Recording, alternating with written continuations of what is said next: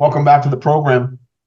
Just want to take a moment today to update you on the most important data point we get each month here in the United States, the largest economy on the planet, the most important economy on the planet. And that is the Employment Situation Report provided to us by the Bureau of Labor Statistics, BLS.gov, if you want to check it out on your own and all the data and details. It's the most important data point each month. Comes out the first Friday of every month, as long as the first Friday isn't the first day of the month. And it gets markets' attentions all over the world. What's happening with the U.S. labor market? There's been some fugazi activity in the labor market in the data for the past few years, and we can expect more of this. It's becoming increasingly clear that America's data is becoming a little less reliable. It seems to be because of political forces.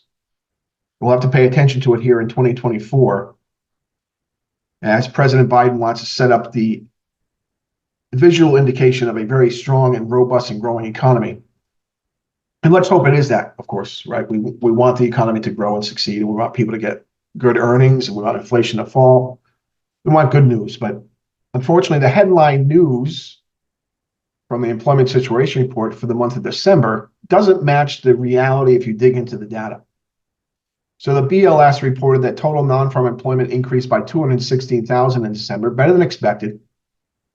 And the unemployment rate, U3, the narrowest measure of unemployment, was unchanged at 3.7%.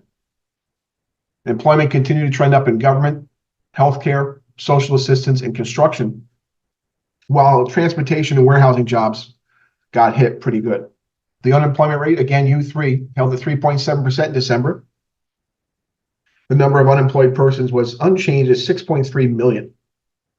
A little higher than the last year, when jobless was at 3.5%. Among the major worker groups, the unemployment rates for adult men, 3.5%, adult women, 3.3%, teenagers, 11.9%, whites, 3.5%, blacks, 5.2%, Asians, 3.1%, and Hispanics, 5%. All showed pretty much little change.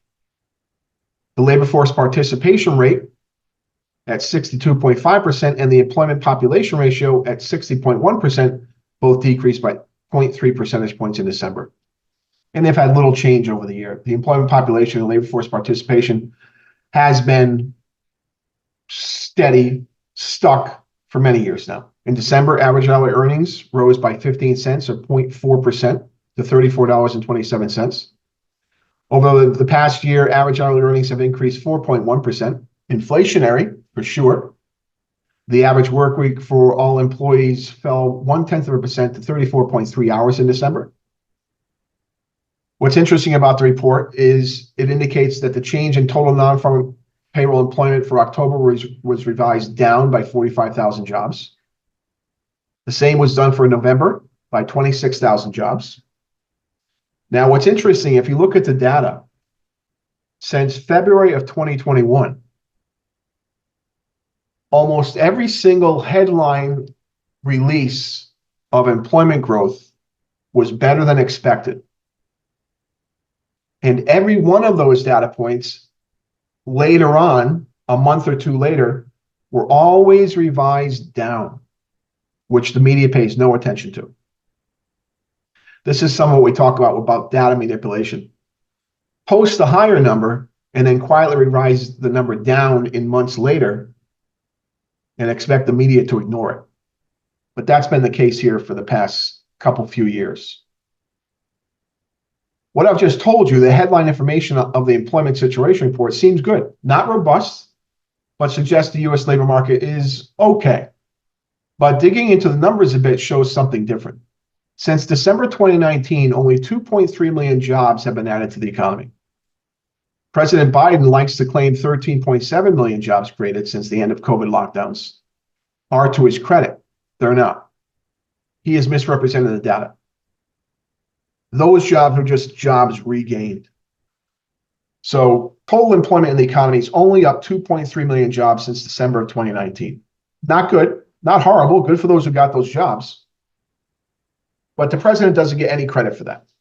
He can get credit for the 2.3 million. Well, actually not 2.3 million, probably something like 1.8 million, 1.9 million. Because that data was from December 2019. President Biden took office in January of 2021. In fact, in 2023, total employment has been up 1 million jobs. Of that, only 628,000 were full-time jobs, and 1,255,000 were part-time jobs. And of those working part-time, hundreds of thousands are working multiple part-time jobs. So not good. Full-time jobs is what we want. Part-time jobs, helpful, of course, but not what you build an economy on. And the jobs that were created were not high-paying jobs. Retail trade, healthcare and social assistance, leisure and hospitality, and government employment led the way. Moreover, most jobs went to foreign nationals working in the U.S. The number of foreign-born workers working in the United States grew by 1.257 million to 29.1 million workers, while native-born employment grew by just 625,000. The employment population ratio for foreign-born workers rose to 63.7%, while for native workers it fell to 59.2%. When you dig into the data, and I encourage you to do this, remember, most of this data we talk about is public. You can go find it and look at the data yourself. You don't have to take my word for it. Don't take the media's word for it. Go see the data yourself. Of course, you won't get this kind of breakdown from the mainstream media. And the Biden administration and Karine Jean-Pierre, the White House spokesperson, will not talk to you about this. They will parrot the headline number, the 3.7% unemployment rate, U3, and the 216,000 jobs created, implying they're full-time jobs and they're high-paying jobs. Moreover, the real unemployment rate, which is not what the media focuses on, which is available at the BLS.gov, the U6 rate, which includes discouraged workers, those who have given up trying to find jobs because they've been trying for so long and have failed, is 7.1%. That's the true unemployment rate. The 3.7% unemployment rate is a narrow measure. It's the headline and preferred employment rate by politicians, of course. So always dig into the data. The data will set you free. Be an empiricist. All right, that's all I have for you today.